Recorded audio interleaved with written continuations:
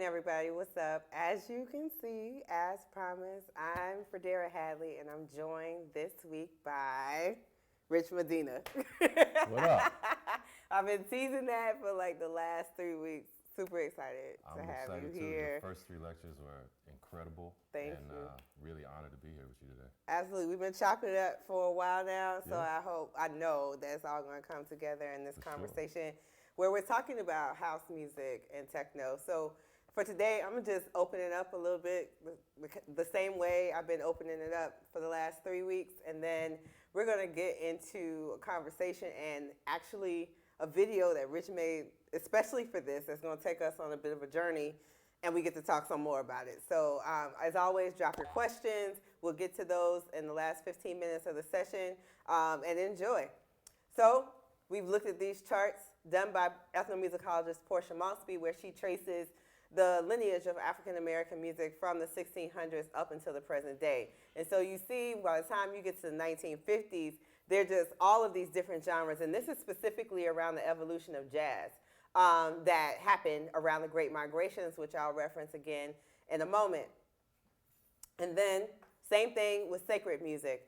You can take the field hollers, the folk spirituals during the period of enslavement in the early 19th century, and you see, again, rural gospel around the turn of the century, and then you get into traditional gospel around the 1930s, which was born in Chicago. We'll mention Chicago a lot today.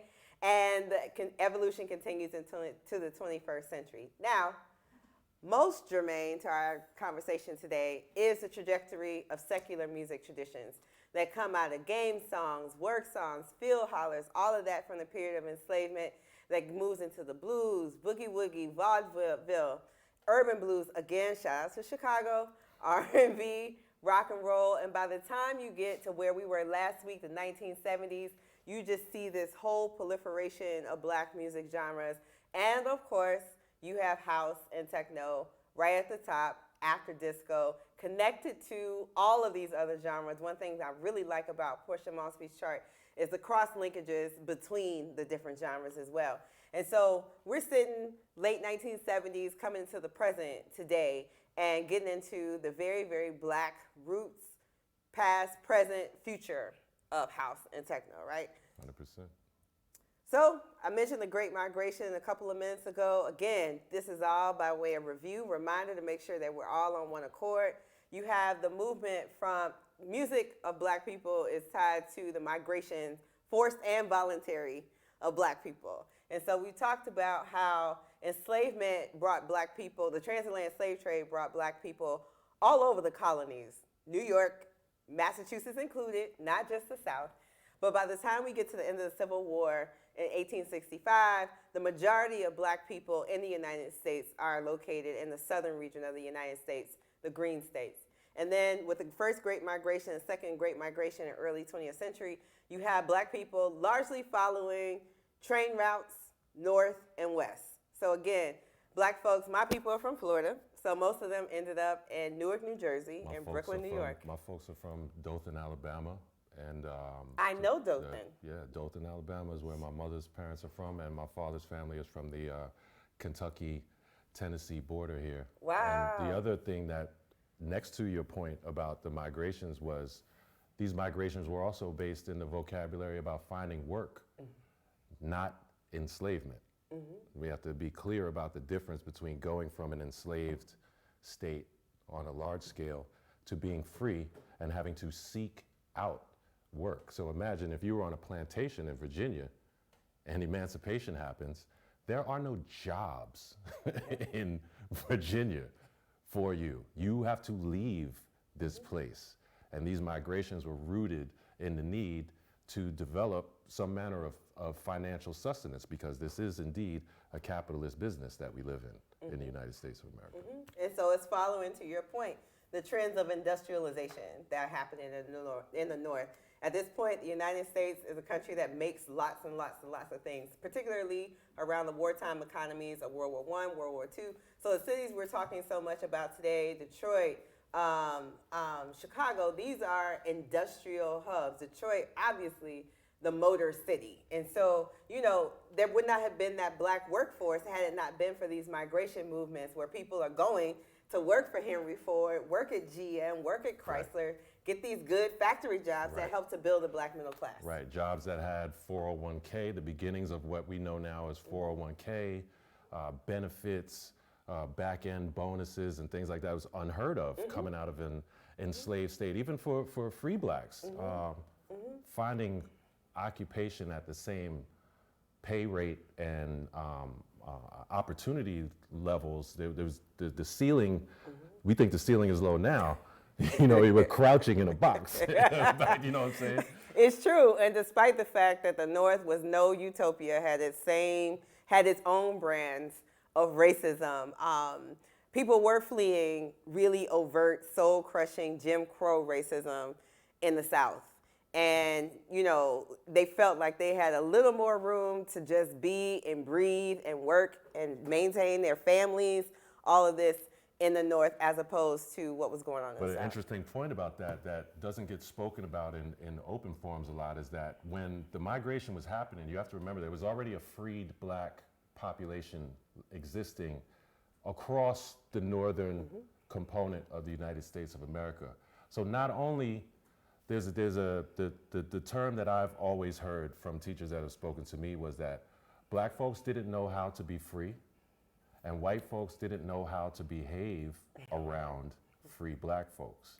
Unless you were in a city where there was a population of free black folks like Baltimore and Philadelphia at emancipation. Those are the two highest quotas of free blacks in the United States of America. But in W.E.B. Du Bois' book, the unique, Souls of Black Folk, and the study that he did at the University of Pennsylvania, study in the 7th Ward, it's noted in his work that free blacks weren't really happy about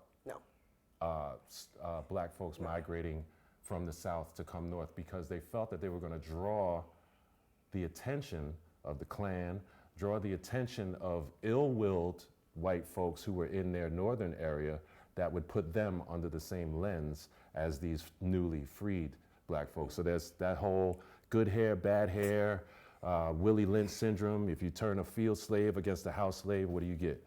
Two slaves that can't stand each other, no mutiny, right? So all of that magic is happening while this is going on, and we have to talk about those wrinkles to make sure that we're complete. So much attention to your point. You know, I often say that America, still in 2021, black people were never intended to be free in the United States, and so the United States We're still not. Right, well, you know, compared to like legalized enslavement. And so, you know, so much of what we're talking about in terms of racial uprisings and racial justice, all these things are about the fact that the country has not reckoned with the fact that black people are no longer in that same form of subjugation. And so, to your point about free black folks in the North, they understood their position was precarious. Even if they had their freedom papers, even if they were came from a free lineage and their families had been free for generations in Chicago or Baltimore and Philadelphia specifically, they understood that they were not safe, right? And that added scrutiny of all of these country bumpkin, rural folks coming from the South presented a direct threat to that. Think about when W.E.B. Du Bois was at the University of Pennsylvania, 1890. W.E.B. Du Bois was writing a study for the University of Pennsylvania, and the University of Pennsylvania deemed it illegal for black people to watch classes as an observer, to set foot on campus, let alone the idea of being a student. And they bring W.E.B. Du Bois from Massachusetts, a free, what some people might say, uppity Negro, to Philadelphia to study the 7th Ward and to report on the behavior of black folks in the 7th Ward at an institution that would not even allow black students. And to me, it makes it all the more incredible that the music always survives and thrives, but again, given this backdrop of history, and even in the moment where the music emerges, so much of the urban, the collapse of industrialization in the cities, which is leaving people jobless, all of these things are happening, yet we still have this rich treasure trove of music that we're going to talk about today. And that rich treasure trove has always been rooted in the notion of having to do with what you have in front of you. At the turn of the 20th century, they would call it primitive art. You hear in art circles, primitive arts. That's more often than not a discussion about art that's made from the earth, from wood, from stone, from found objects. There's an argument in the Albert Barnes school of thought that where Albert Barnes, when his art show got canned in 1923 by the art establishment, a lot of it was because he had African art on display in the presentation. And his vocabulary was rooted in the idea that the vast majority of the Cubist artists of the day from Europe took all their forms from African primitive art. And the establishment canned him. It's true. And that notion of primitive art is directly tied to the age of colonialism, which is happening at the same time. Europe is literally taking Africa and carving it up with a knife in terms of which part would go to the British, the French, the Belgians, Portuguese, right? And so how they are justifying, part of how they are justifying their practice of colonialism is that Africa is a primitive place and must be civilized, modernized. All of this gets baked into how the music is talked about, as you just said, the art is talked about, and ultimately how humanity is recognized or not. 100%. So again, framing thoughts, we've done these every week as well. This is just a way to think about our conversations about Black music in terms of not just why it's important, but what it actually does and what it means to Black people as well. We talk a lot about Black music as a commodity, something that's bought and sold. This person has this much in sales or is crossed over, or all these kind of conversations. But it's also really important to me to remember that Black music lives in the lives of Black people as well. Like, it has a place in the community among Black audiences as well. And so these are our 4 main points. Black music is an archive of history, reflection, and lived experience. You listen to a piece of music, you can find linkages in a lot of it that take you to something that happened previously. We'll really get into that with sampling, but even today, Black music gathers and shapes Black cultural identities. That's just a way of saying that's how Black people work out their identities, by understanding their connection to different genres of music, their participation in different genres of music. Black music advocates for the Black communities it represents. It's kind of like a standard bearer, it's a way of speaking to the world. And then the last point, Black music is the foundation of American popular music and much of global popular music. That's not an overstatement. It's an understatement. It's an understatement. How would you say it? I mean, I would say it just like it is, because the understatement leaves a space for the discussion. Right. You know? Right. Black music is indeed the foundation of American popular music and much of global popular music. You could also say that what happens to people of color is the bellwether for what happens to everyone else in the world. We see the bad before anyone does, because the people who run the show have put us in a position to receive more bad than good because of the structure of the society that we're in now. So there's always a barometer stuck in the belly of Pan-Africa that says, well, this is happening here, it's going to spread out and globalize. And we all know, no matter what your historical frame of reference is, we all know that nobody exports goods like Black folks. Big facts, big facts. So we're going to start a conversation about house and techno, and I just found this emblem of the Music Institute, Detroit, Michigan, techno. I just wanted to go straight in and get your interpretation of, for those who may not know, house and techno. What are they? How are they different? How do you interpret them? Well, there's a lot of schools of thought on that, and obviously a deep dive into it would require 25 hours. Just on this. But just on this. But on the surface level, house music and techno music is an electronic representation of the disposition of disco music. Disco music being more often than not above 100 BPM, very often with a 4 to the floor driving disposition in the drum components of the rhythm section, and a 16th note disposition, meaning with house music or techno, you're getting that 4 to the floor run front to back. With house music, there will be melodic elements, harmonic elements, perhaps bridges, changes, maybe a shuffling of drum patterns, but there's a melodic, rounded disposition to house music that is an actual electronic emulation of disco. Techno, on the other hand, is more of an electronic, purely electronic disposition, purely based on manipulating what at the time, when it was coming out, was a new disposition musically. In the 80s, when you have people like Arthur Baker and Celluloid Records, and you have people like Juan Atkins in Detroit who formed Cybertron in 1981 with his partner Rick Davis, 3 years before Trax Records was founded. So it's also a vocabulary in futurism, because at the time in the 80s when it was being made, it was revolutionary. The idea to be able to tap a box and push buttons and turn knobs and get music out of it was unheard of.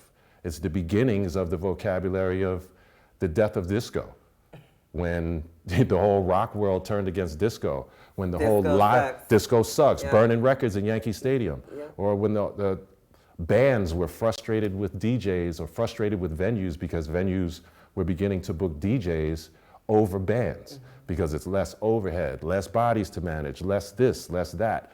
So it was like a how do they get in here and take this job from us type of thing. And it was revolutionary creatively, and it was revolutionary in terms of the way we all experience music today. Why do you think, a lot of people are surprised to know that techno is black, comes from Detroit and really black spaces. How did we get to the point where people don't think of techno, not just in its roots, but there's still these really rich black communities around techno, around house today in 2021. So how did that even happen? Well, you brought up a point earlier that I think is really poignant on that topic, and that is that the vocabulary around success in the creative arts and most arts, just in capitalist society, period, is productivity. Productivity meaning number movement. You sold X amount, you made X amount of money. When you deal with niche categories, they don't capitalize in the same manner as more popular genres of music do. A techno is not going to sell at the level of rock or soul or jazz, or you can't even put jazz in that because jazz also represents the niche vocabulary, right? So, you know, when people talk about techno, more often than not, they're speaking about it from the disposition of understanding the behavior of white engineers, white electronic engineers, and the influence of artists like Carl Bork, who was the leader of Kraftwerk. Most of us know Kraftwerk through their work on computer games. There's so many tunes that we could go through with how they revolutionized the game, but they were also a band, and that performance disposition in videos to songs that were being sold by a major label pushed the mainstream disposition of envisioning this new electronic style of band disposition. People were still not even looking at DJs as a conduit to experiencing music in a way that was celebratory. So when you couple that with the fundamental vocabulary of colonialism, which says, I'm gonna work you to the bone, and while you're working to the bone, you're gonna get good at what you're doing. And when you get good at it, we're gonna come in here and record it and document it, and then we're gonna take that recording and documentation and take it to the paper mill and press up those instructions and build more of those and sell them. It's extraction. It's extraction of resources from a community that is denied the same opportunities. So what happens in a neighborhood in Detroit in the middle of 1981 that ends up influencing the world, how often do you get down to the bottom line of the story of any black beginnings? It's another spoke in the wheel of revisionist history. And that's not an anti-white statement, it's just the way of the world and where we live and how things are. Our history has been revised and rewritten on our behalf and in spite of our behalf since the dawn of time. There's a lot there. And like you said, we need like 25 hours. Yeah, but I was about to put it in third gear. I'm like, oh, we got an hour. and we want to make sure we get to your question and Word. the mix that you did. But I want to talk a little bit about clubs in general. Like I mentioned Music Institute. We were talking earlier about the warehouse. Like the term house music comes from a specific place. Yes. Paradise Garage. How essential are these spaces to what the music becomes? Well, with regard to house music in particular, the term house music is a shortening of warehouse. The warehouse is largely known as ground zero for the start of house music in the United States of America through the lens of DJs like Ron Hardy, Frankie Knuckles, Tony Humphries. I mean, I was at Zanzibar when Tony Humphries came to New Jersey from Chicago, and I was there. Wow. So, that at that time, those guys were doing some really, really, really revolutionary stuff.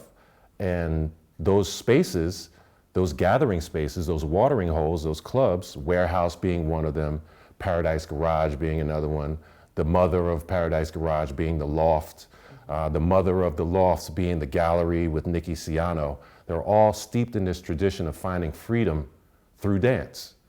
And the Warehouse in Chicago was a notoriously black watering hole that was rooted in the disposition of disco prior to the evolution of the electronic age in the 80s. And as it moved forward, you had people like Larry Levan, who was known as a DJ in the Paradise Garage, but his real power was as a remixer. And he's largely known as the man that created the DJ-friendly edit. For those of us that play vinyl, when you go buy a 12-inch recording of a song that is also on an album, that 12-inch recording has an intro and an outro where there are no vocals. And there's very sparse musical instruments aside from the rhythm section. That vocabulary was created by Larry Levan. People like Frankie Knuckles and Tony Humphries took it a step further and began applying it to contemporary young black artists like Janet Jackson with Frankie Knuckles. And those productions were steeped in that remixer vocabulary. So it's coming from a mix engineer disposition, but now we're creating something totally brand new and something different than how it sounded when you hear them on their music that is in the top 40 or the top 100. So Warehouse, Garage, Loft, Zanzibar, Sensations, Skate Key, these are the baby steps of why all of us who spend any time in the club, whether as a patron or as an artist, do it, because these places establish the protocols for what it is to do what we do today. Yeah, again, we need 25 hours, but I feel like I'm just, shaving. I'm giving a heavy guy a quick trim. Right. Yeah, but one of the things that resonates with me from what you said is talking about finding freedom through dance. And when I heard you say that, my mind went back to Congo Square in New Orleans, where part of the reason the musical culture of New Orleans is what it is and became what it became is because back to enslavement, enslaved black people were allowed to gather at Congo Square with their drums and dance on Sundays. They could gather and do the dances from the cultures that they brought with them. And what is true for the vast majority of everywhere else, black people weren't given that kind of space to do that. And so I think about the clubs that you mentioned, particularly in the 1980s, which is a rough decade for a lot of different reasons. You have, again, we mentioned the deindustrialization of cities.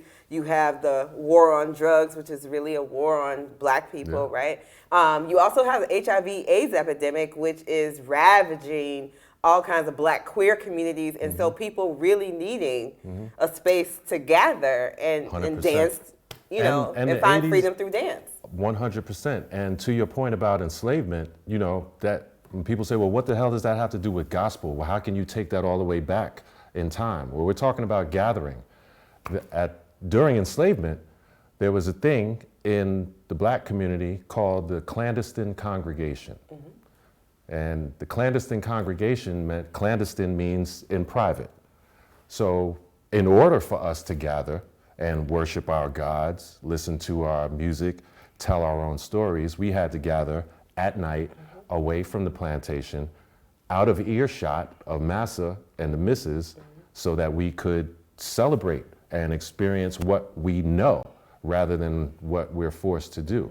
So gathering was a necessity because church at one point was the only salvation we had from trials and tribulations, all the trials and tribulations of enslavement. So gathering for people of color is a very special thing, and whether it's verbalized regularly or not, it goes all the way back there. And the music during that time was always speaking about how if I can just get through this, we'll be better off in the by and by. The everlasting on will give you what it is that you need. And I firmly believe that what club DJs and performers and the patrons that come and support us do is a bit of the same thing. It is a religious celebration. There are people that come to my events that I've been seeing them for the last 25 years. Friday night, they sit on that same stool, you know, as it becomes it becomes a cheers, the place where everybody knows your name, and it's a throwback to seeking salvation because music calms a savage beast, right? So we all come there to let go of things. And the Black expression, because of the nature of the Black expression, which is syncopated, and that's why that's another reason why the influence on techno and house music is so strong from the Black culture. Something that I forgot to mention in my first point about house music and techno is that it's a 16th note disposition. 16th note, military, right? No variation. Whereas 90% of the musical influences that come out of the Black diaspora, no matter what continent it's from, it swings. It's syncopated. Syncopated meaning it's not on the one. It's the percussion around the 1, 2, 3, 4. That's where Black culture lives organically. So when we apply ourselves to a 16th note musical structure, it is infeasible for our swinging disposition, for lack of a better way to put it in the moment, not to flourish. And that flourishing is why you have the influence that Black culture has had on those two subgenres of music to this day. Yeah, and I to go along with that, I think so much of the improvisation, the call and response, is not just the record, but it's what's happened. But it's what happens between the DJ and the dancers are improvisatory in their movements and embody syncopation in their movements. So even when we're talking about what happens with house and techno, it is both what's happening musically and, you know, in the body. 100%. Do you see it the same way as I do indeed. They go hand in hand. I don't think that they're separate. I think that, you know, free your mind and your ass will follow. Hey. So, you know, that's one of the oldest sayings in the book, and I think it really applies in this context. All right, so we're going to get into the video. Oh, we're going to get into it. We're going to get into it. Anything you want to say to set it up before we could? We're going to chat while it's happening, but anything you want to set up? Yeah. I felt like as a DJ, I wanted to bring a literal DJ component to the table in order to illustrate not only this historical connectivity, but also to illustrate a genre connectivity, to also illustrate a geography vocabulary, and to speak to a very specific time period between 1982 and 1985, where the explosion of house music and techno really had its place. Yep, so y'all are about to get like a 12-minute sampler of a vibe that you would actually set up. Yes, in the spirit of speaking about house and techno is why this mix was made.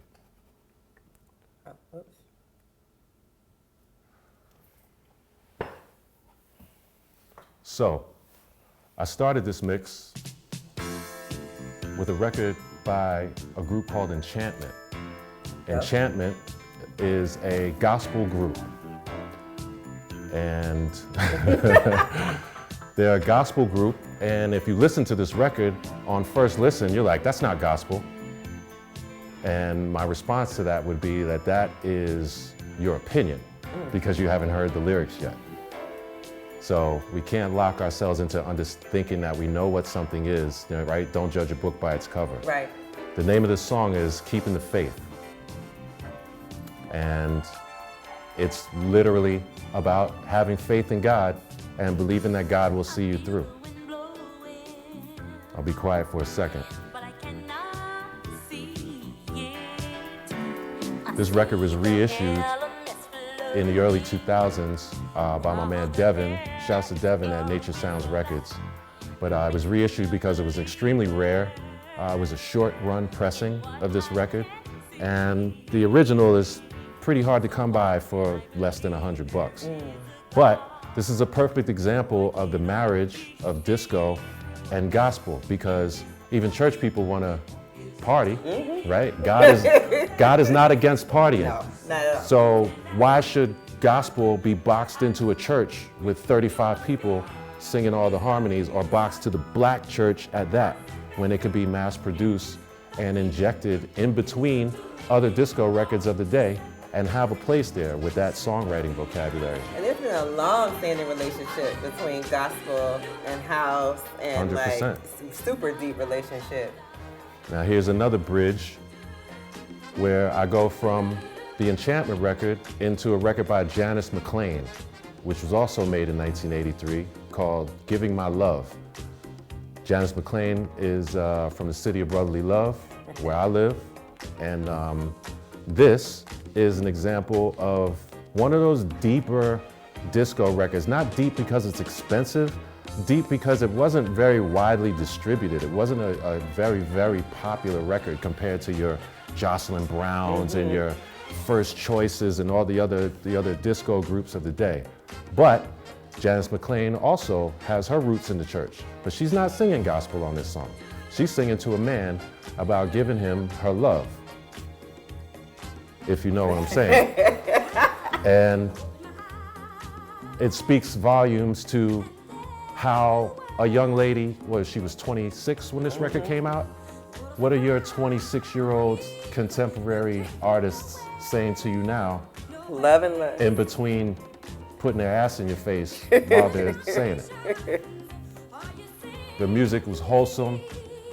It generated positive feelings from your grandparents down to the smallest child, because of the lyrical content and the disposition, and because it was black folks performing in a medium that we had been restricted from on a large scale for hundreds of years.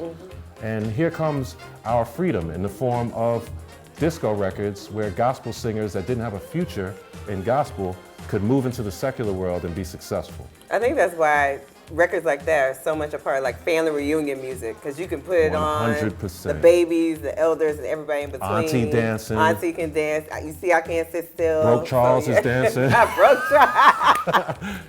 Even Broke Charles. Even Broke Charles like that. So, bang. Now, we move into what at the time was known as club music, not house music. Even during the day of the Warehouse and Ron Hardy and Frankie Knuckles and Larry Levan and everything that was going on from the late 70s through the early 80s, this was called club music. Club music because it was played in a club. What club? Clubs like the Warehouse, Right. clubs like the Loft, clubs like the Garage, clubs like Basil's, Time Cafe, Zanzibar. We could go on and on. This record is by a group called Circuit. Circuit is the late, great Boy Jarvis, God bless the dead, and one of our contemporary living legends, Timmy Regisford, who you may know from The Shelter. Boy Jarvis and Timmy Regisford produced this record in 1983. And you listen to the drums, you just went from listening to two live human drummers to now listening to a Lindrum.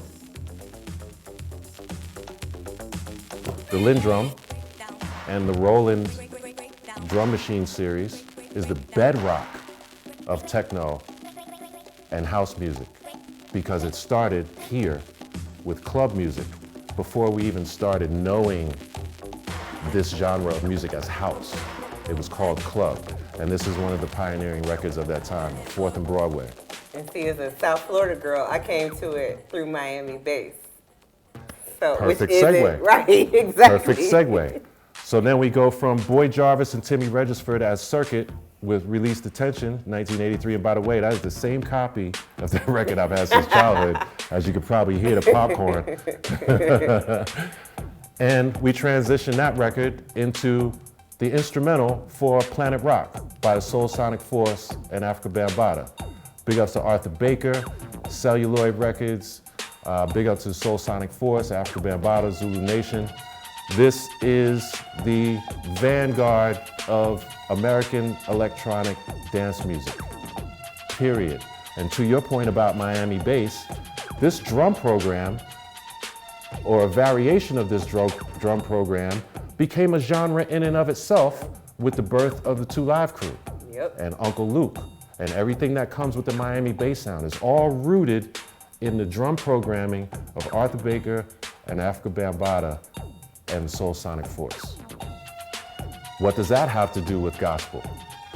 What it has to do with gospel is that it's Afrofuturism. Remember, at the time, Africa Bambaataa was talking about space aliens and all this, like on some real heavy Sun Ra shit. Right. Afrofuturism at its highest order before it was even, the phrase was even coined. And we go from an Africa Bambaataa electronic record, which is rooted in the seed of everything that we're talking about, the use of the Linn drum, the use of the Roland drum series, the use of the MPC drum series, the MPC 60 to start, into the one and only Larry Heard with the quintessential classic, Can You Feel It? This record always sounds good.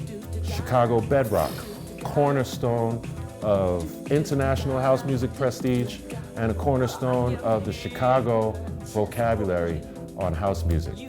The one and only Larry Heard. The song is called Can You Feel It? More often than not, if you're under 35 years old, you've probably heard this as an instrumental. Perhaps with an a cappella played with it or over it, but more often than not, you've heard it as an instrumental. It's not very often that you will hear the vocal of this record beyond those watering holes that still exist, like your Bodies and Souls and your Shelters and... That's right, they're not clubs anymore. Like, right. Not like they were when we were coming up. No. Like, I feel like I'm on the tail end of like the club kid generation where we 100%. Went out to dance. Like, it's Thursday, Friday, Saturday night. We're in somebody's club, not a lounge, not a bar, no, but club. a club. A club, Yeah. and it's dark, it's lightweight, funky, but you came to get funky. 5 songs in, you sweating and stinking up the place like everybody else. Yeah. There was no social media, so no social media, ain't nobody saying your eyelashes was falling off, none of that. You good money. So boom. Now we go from Larry Heard and Can You Feel It, the quintessential Chicago classic, to a record called Kilode, which was made by Tony Allen. Tony Allen was Fela Kuti's drummer. Just passed away in the last year. Just passed away in the last year and change. And Tony Allen is the father of Afrobeat, not Afrobeats. Those are 2 different conversations. Afrobeats is essentially present-day African pop music and present-day African house music with a pop disposition. Afrobeat is the music birthed in the relationship of Fela Kuti and Tony Allen and Victor Owaifo and Victor Olaya, Wumi Olaya's uncle. Peace to Wumi.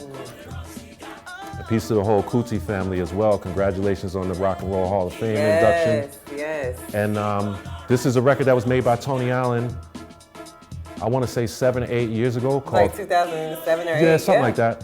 The song's called Kilode, and the reason it makes sense here is because this remix that you're listening to was made by Carl Craig. Carl Craig is a founding father of Take it techno back to Detroit, yeah. from Detroit. And to your point about Detroit and why is it such a big deal that it came from Detroit? Because Detroit was blighted in the 80s. When the auto industry crashed, it was no different than Robert Moses driving the Cross Bronx Expressway through the South Bronx and creating the South Bronx that we know that birthed hip hop. It's the same point with a different genre of music. So this is a present day Afro tech remix of a Tony Allen Afrobeat record by the one and only Carl Craig, carrying that tradition from when he started in the 80s with Juan Atkins and Derek May and all the other pioneers of Detroit, all the way up to today. And here, I'm going from analog into Serato. I mean, we had Serato. I had to play one Serato record at this joint so I could get another job. So that Carl Craig mix of Kilode, that Afro tech mix, has now been mixed into another Carl Craig classic called Sandstorms. Sandstorms is largely noted as one of the bedrock records of the techno discipline, produced by Carl Craig. And I felt like this was a way to be able to talk to this window of time that we're talking about without having to play a classic gospel record and be literal in the chronology. I wanted to show how it all relates, because it's the relativity that needs to be explained as to why we can take all of this data back as far as we're taking it. If you can't relate to it here, it doesn't matter where it was there. So my objective here was to take a bunch of records made between 1982 and 1985 and show this range of space that goes back to our ancestral time and makes us look towards the future. And you have to imagine when Sandcastles came out, this was one of the most futuristic feeling and sounding dance records that had ever been made, next to all the beautiful dance records that are out there. Nah, this was dope. This was dope. Like, thank you.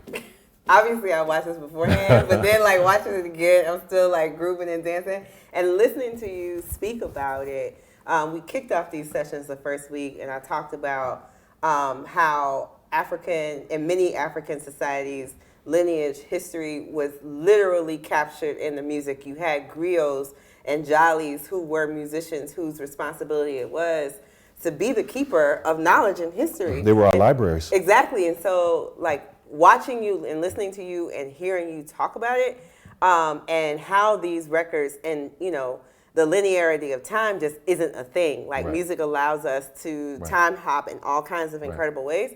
I'm thinking about how DJs are like griots in the same way. Like, how, not just the encyclopedic knowledge that y'all have about the music, but how you're able to tell a story using the music is very griot-like. It's a transferal of unwritten data.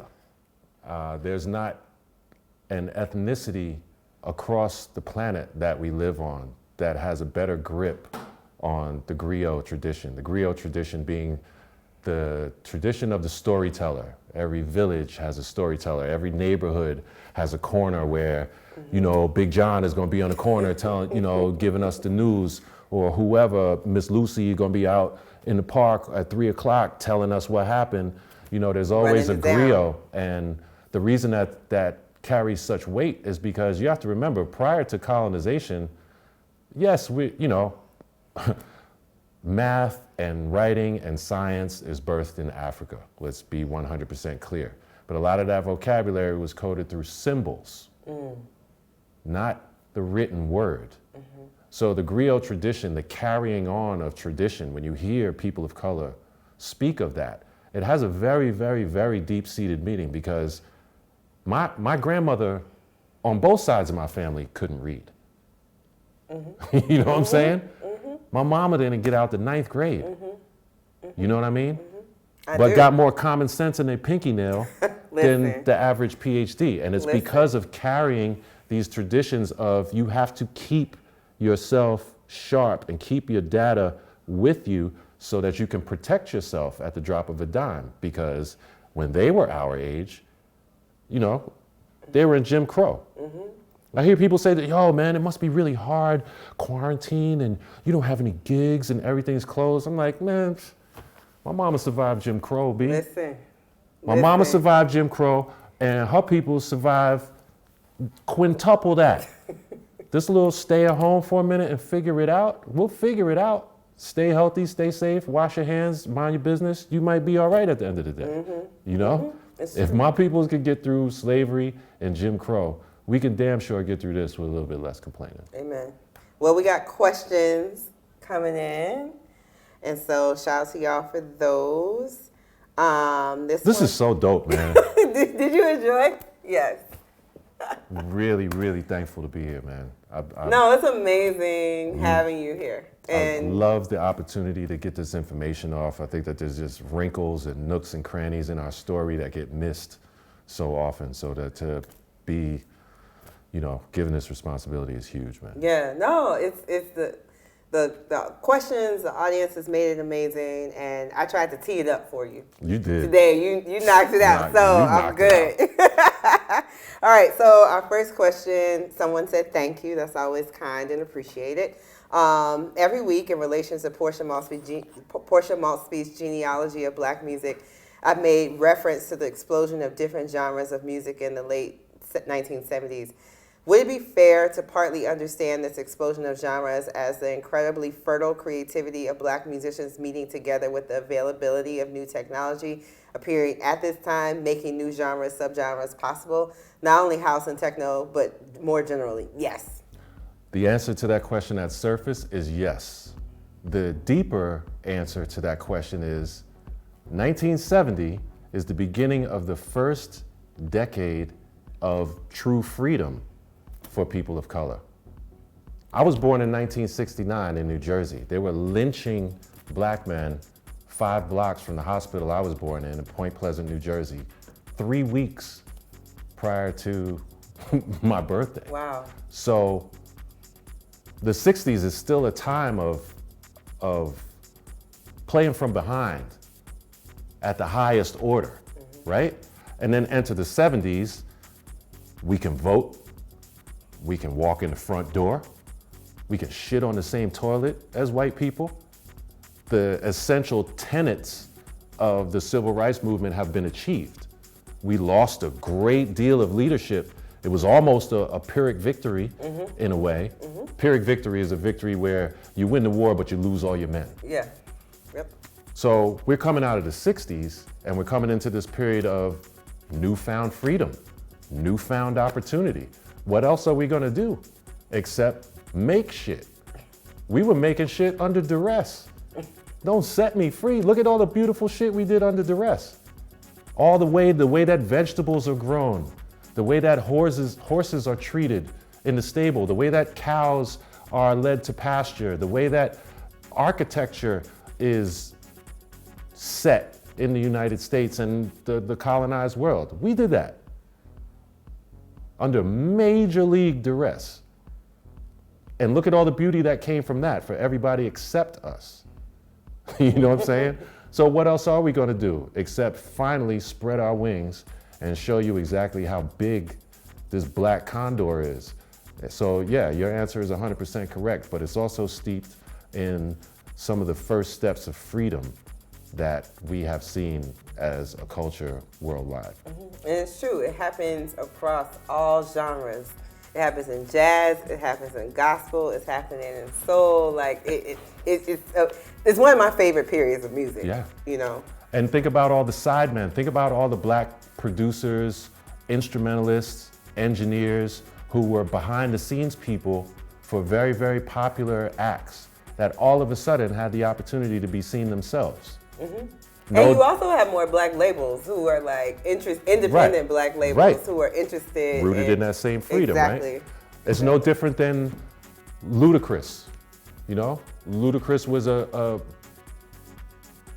made man on radio. He was Chris Lover Chris Lover before he became Ludacris the rapper. Neo was the most well-paid ghostwriter you never heard of prior to him breaking out as a solo artist. This same phenomenon is happening in the 70s. I have a question for you because you mentioned futurism in the music, and we've also dealt with like the past as well. And talking about Africa, could you help us bring it full circle? You mentioned like Afro house and things like that, but what's the relationship between all of this music, this dance music, like house and techno now, and what's happening with music on the continent? Well, what's happening with music on the continent right now is a lot of fallout of the explosion of Black coffee following the Kwaito movement. There was a time period in the early 2000s where Major DJ Black Coffee, if you're not familiar. I mean, I have to believe that 99.3% of the people here know who Black Coffee is. Just in case. You're right. That's that teacher. That's that real teacher Just shit. in case. But, you know, when Black Coffee came on the scene and he was received the way he was by the populace, that sparked an ocean of influence across South Africa and across the other countries in Africa as well. And what's happening now is that through that moment, he has opened the door for a great deal of other African producers, and they are moving in the tradition of Larry Levan and Carl Craig and Masters at Work and Boyd Jarvis and Timmy Regisford and all the staple people that we've already spoken to in this talk. The beautiful thing about that is the South African house music movement also has a very techno minimalist kind of disposition. Remember, the difference between techno and house is electronic minimalism versus 4-to-the-floor drum programming with melodics and harmonics wrapped around it. So that simplified electronic basic presentation of it is filled in by the syncopation and the percussion vocabulary from whatever region or country it comes from. So there's always maybe a leading clave, like Afrobeat, or maybe there's a backbeat conga vibration. There's always a syncopated element that speaks directly to the culture of the producer that it's coming from when you're talking about the motherland. And you can see that evidenced very heavily in the fact that everybody and their mama is trying to do that dance with the leg in, leg out joint. Yeah. You know, if you ain't syncopated, if you ain't, I know some extra syncopated cats that can't touch that dance. So I just want to say, I saw Black Coffee probably like 10 years ago now in a basement party in Atlanta. Shout out to DJ Stanzef, who brought him in for his tambour party. Yeah, and I saw Black Coffee literally went in the venue, went downstairs, just a bunch of black folks in this tiny little place. So it's amazing to see where Black Coffee is now. It fast-tracked to the top 100 immediately. It bypassed, there was no underground. Black Coffee was the underground. Took off. When he went to Ibiza, everybody named Mama in South Africa that's making beats ended up in Ibiza too. Facts. You have a question, so I'm gonna ask a question for you. Rich, if the Roland TR-808 was essential to hip hop and the TR-909 was essential to house and techno, what current equipment is being used to push the boundaries of new music today, and how does that heat influence other genres? Interesting. So that's a great question. The machines, the drum machines that influenced early house and early hip hop are hardwired machines, you know, something you have to carry, something you have to patch and plug. And, you know, a very short sampling time, very small variables that you could work in it. And that's the other reason why those machines were so influential, because people were getting so much more out of the machines than they were actually designed to do. Now, you have DAWs like Ableton Live, you have other DAWs, Serato Studio for that matter, where you can take all the disposition of that analog machine and follow a manual on a computer screen and have that virtual thing not only behave like this analog machine behaves, but give you all the other bells and whistles of being able to view it in a virtual space. So there is no 2-inch tape. There is no reels. There is no floppy disks. None of that. You can bypass all of that, and anybody who can afford the program and learns it can create. And that's opened up what me and a few of my friends call the prosumer age. You got a bunch of consumers who have entered their creativity into the professional marketplace because there's no firewall anymore. So it's influencing music because the average everyday person who might not have been making music last year can learn something in a digital format, not have to carry any hardware, put it on the internet, and they are ubiquitous. immediately. This is not a knock on how they did it or being new. Everybody was a rookie at some point. That whole argument about new school versus old school is total bullshit. Everybody was a fucking rookie at some point. I don't care when you were a rookie, you started somewhere too. And if somebody talked down to you when you were starting, you'd probably have an attitude back too. Right. So in the new world, professionals are being influenced by consumers in a different way. Consumers and professionals are being influenced by the fact that we can track each other by the second through these machines. So there's so many variables that go into how to answer that question with the gusto that it deserves, but hopefully that's a nice foundation. Yeah, one more question before we get to it. I want to shout out DJ Remarkable. We were talking about Detroit. Yes. She's from Detroit, so I had to rock her shirt today. Well done, you got that off. I wasn't thinking that far ahead. Yeah, but our last question is someone wanting to know why doesn't Cuba get enough love for the contributions it's made to black music, global popular music, all of that? Cuba doesn't get enough love for its contribution to global music and black music for the same reasons you can't fly there. We put an embargo on them. They still driving cars from the 50s because we shut down all trade at a certain point. And shutting down trade is not just monetary and fiscal, it is also cultural. So the vocabulary about Black Cuba doesn't get spoken on, just like the vocabulary about Black Brazil doesn't get spoken on. You go to Salvador Bahia and there are orishas in the lake 40 feet tall. You show me where you go, aside from Africa, in the world where you see orishas tall as a damn building. That's Black culture. That's happening in Cuba on an even higher level, but it's also clandestine from us because we have been kept from there because old Uncle Sam didn't like what was going on down there, so he boxed them out of the equation. And that's why Cuba is in the state that it's in financially and fiscally in the world, being dependent on the countries that it's dependent on for protection and care. And that is why we don't hear the history or understand the dynamics of how important Cuba is to the Black diaspora and to the world. Absolutely, and just building on that, one, there would be no Latin jazz without Cuba. It's Mario Bauza and Dizzy Gillespie like combining forces in Harlem, in New York City, right, in the 30s and the 40s, but also want to say Johnny Pacheco, who just passed away and one of the co-founders of Fania Records, who was Dominican, but if you just want a glimpse of just how impactful Cuban music is on the continent and in the diaspora, go on YouTube and check out the clip of Celia Cruz and Johnny Pacheco doing Kimbara in Zaire in 1974, and just see the whole tens of thousands of Congolese people just dancing and vibing with Celia Cruz and Johnny Pacheco and the Fania All-Stars.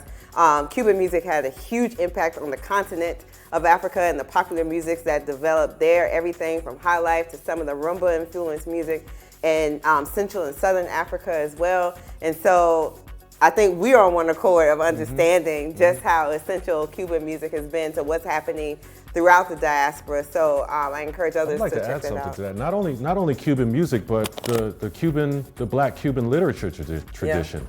Yeah. Anybody that has followed Fela Kuti's legacy deeply would know of a gentleman by the name of Carlos Moore. Carlos Moore is the author of a book called This Bitch of a Life, which is the quintessential Fela autobiography. Carlos Moore is Cuban.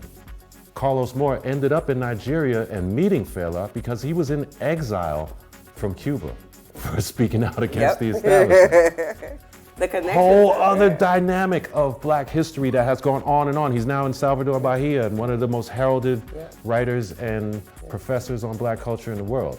And 85% of us don't know a damn thing about him. So it's just another component of Cuba that just goes right past us because they have been boxed out from the conversation. I can't believe that an hour That's it. is gone. I know. The good news is you're back on Wednesday.